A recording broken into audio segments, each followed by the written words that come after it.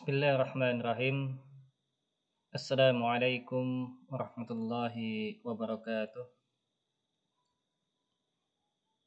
Kaifa halukum ayuhat talabah? Innal hamdalillah nahmaduhu wa nasta'inuhu wa nastaghfiruh wa na'udzu billahi min syururi anfusina wa min sayyiati a'malina. Man yahdihillahu fala mudhillalah wa man yudlil falan tajida lahu waliyan mursyida. Asyhadu an la ilaha illallah wa asyhadu anna Muhammad abduhu wa rasuluhu la nabiyya wa la rasula ba'dah. Allahumma salli wa sallim ala nabiyyina Muhammad wa ala alihi wa ashabihi wa man tabi'ahum bi ihsan ila yaumiddin. Ayyuhal ikhwah rahimani wa rahimakumullah jami'an. Insyaallah al-yawm sanata'allamu 'anil hadis. Insyaallah hari ini kita akan belajar tentang hadis atau salah satu materi dari materi PAI.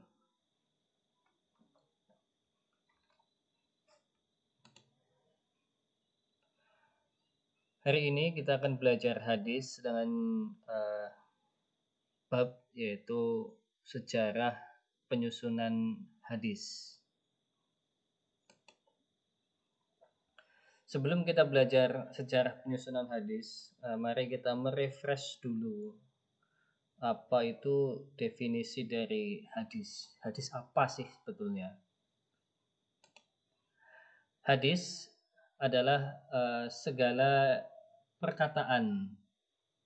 Jadi semua ucapan atau perkataan, kemudian perbuatan, ketetapan, dan persetujuan dari Nabi Muhammad Shallallahu Alaihi Wasallam.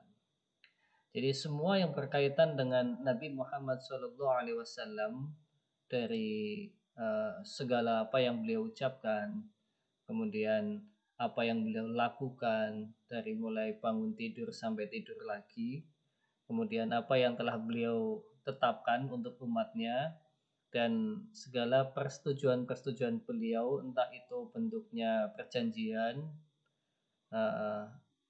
dan yang lainnya, itu masuk ke dalam hadis. Dan hadis ini adalah merupakan sumber hukum kedua ya, dalam Islam, dalam syariat Islam setelah Al-Quran. Jadi kedudukannya itu setelah Al-Quran. Kapan hadis itu mulai ditulis? Ya. Hadis mulai ditulis sejak zaman Rasulullah Shallallahu Alaihi Wasallam masih hidup. Jadi pada saat itu peristiwanya adalah ketika Haji Wada. Haji Wada itu adalah haji perpisahan. Ada seorang laki-laki yang berasal dari Yaman. Pada saat itu Rasulullah Shallallahu Alaihi Wasallam menyampaikan khutbatul wada atau khutbah perpisahan beliau, dan laki-laki dari Yaman ini kemudian berkata kepada Rasulullah, ya Rasulullah Shallallahu Alaihi Wasallam, tuliskanlah khutbah itu untukku. Kepada Rasulullah Shallallahu Alaihi Wasallam menjawab, tulislah untuk Abu Syah. Ini hadis diriwayatkan oleh Bukhari.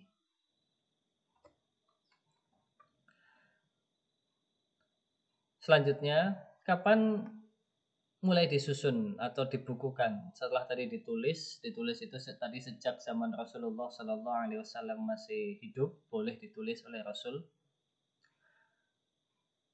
Kemudian kapan mulai dibukukan dan disusun?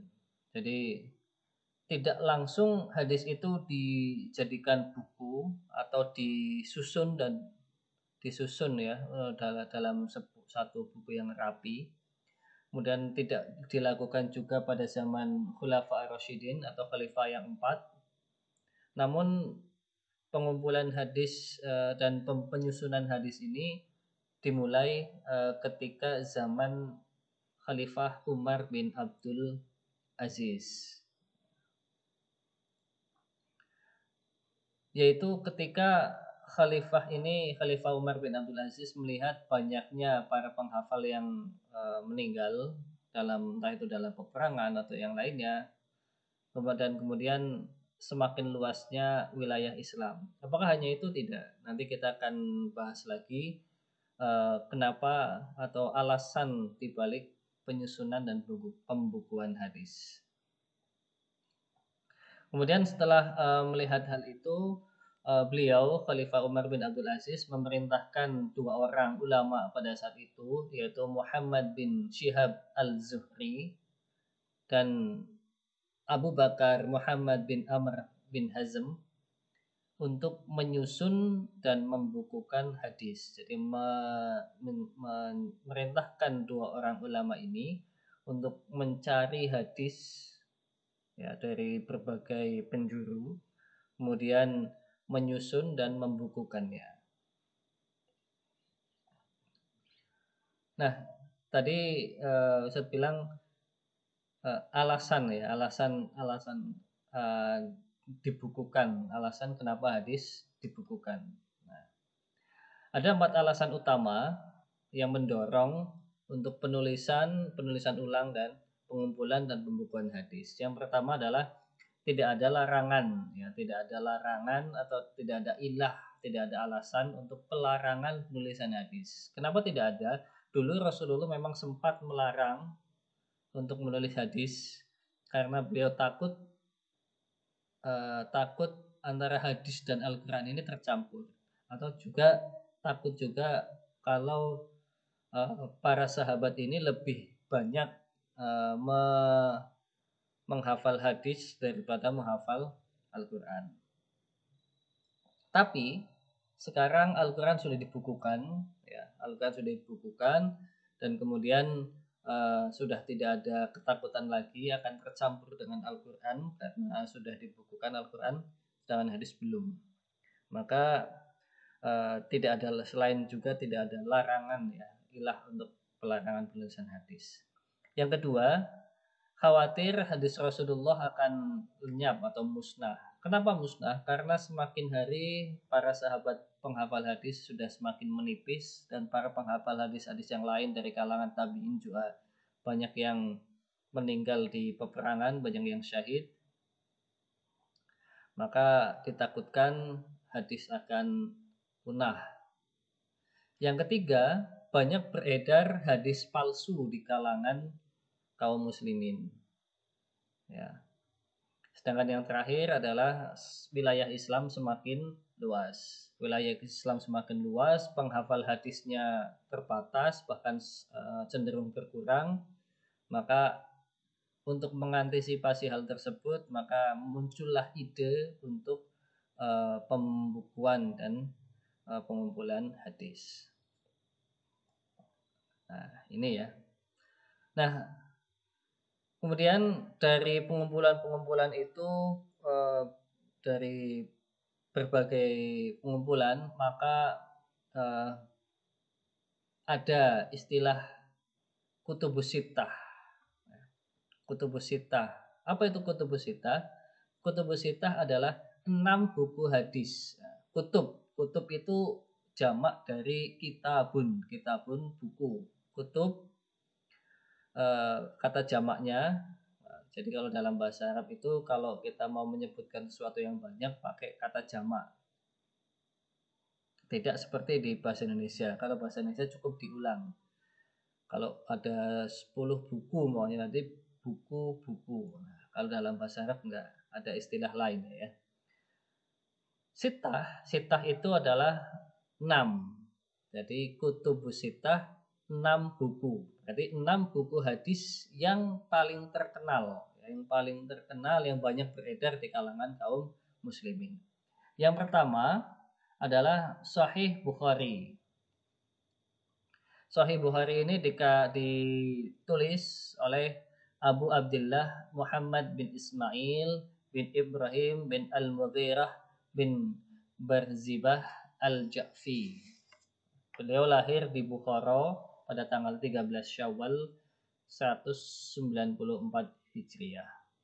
Di dalam buku itu ada 9.082 hadis. Kemudian Sahih Muslim ditulis oleh Abul Husain Muslim bin Al-Hajjaj bin Muslim Al-Kushairi An-Nisaburi. An-Nisaburi ini berarti beliau lahir di Nisabur 206 Hijriah. Di dalamnya ada 3033 hadis. Kemudian ada Sunan Abu Dawud yaitu oleh Sulaiman bin Asyad bin Shidad bin Amr bin Amir As-Sidistani. Beliau lahir di Basrah 202 Hijriah. Ada 4.800 hadis. Kemudian Sunan At-Tirmizi oleh Abu Isa Muhammad bin Isa bin Saurah bin Musa bin Dar As-Sulami. Di situ ada 4.107 hadis. Kemudian ada Sunan An-Nasai ditulis oleh Abu Abdurrahman Ahmad bin Syuaib. Di situ ada 5.761 hadis, dan yang terakhir adalah Sunan Ibnu Majah yang di dalamnya terdapat 4.341 hadis. Demikian sekilas dari sejarah penyusunan hadis. Semoga pembelajaran kita hari ini bermanfaat. Kemudian jangan lupa kerjakan tugas di bawah kalau ada. Jadi kalau di deskripsi nanti ada link tugas, berarti itu tugas untuk kalian. Tapi kalau nggak ada ya alhamdulillah gitu ya. Usikum wa iyaya wa nafsi bittaqullah wa qad fazal muttaqun. Assalamualaikum warahmatullahi wabarakatuh.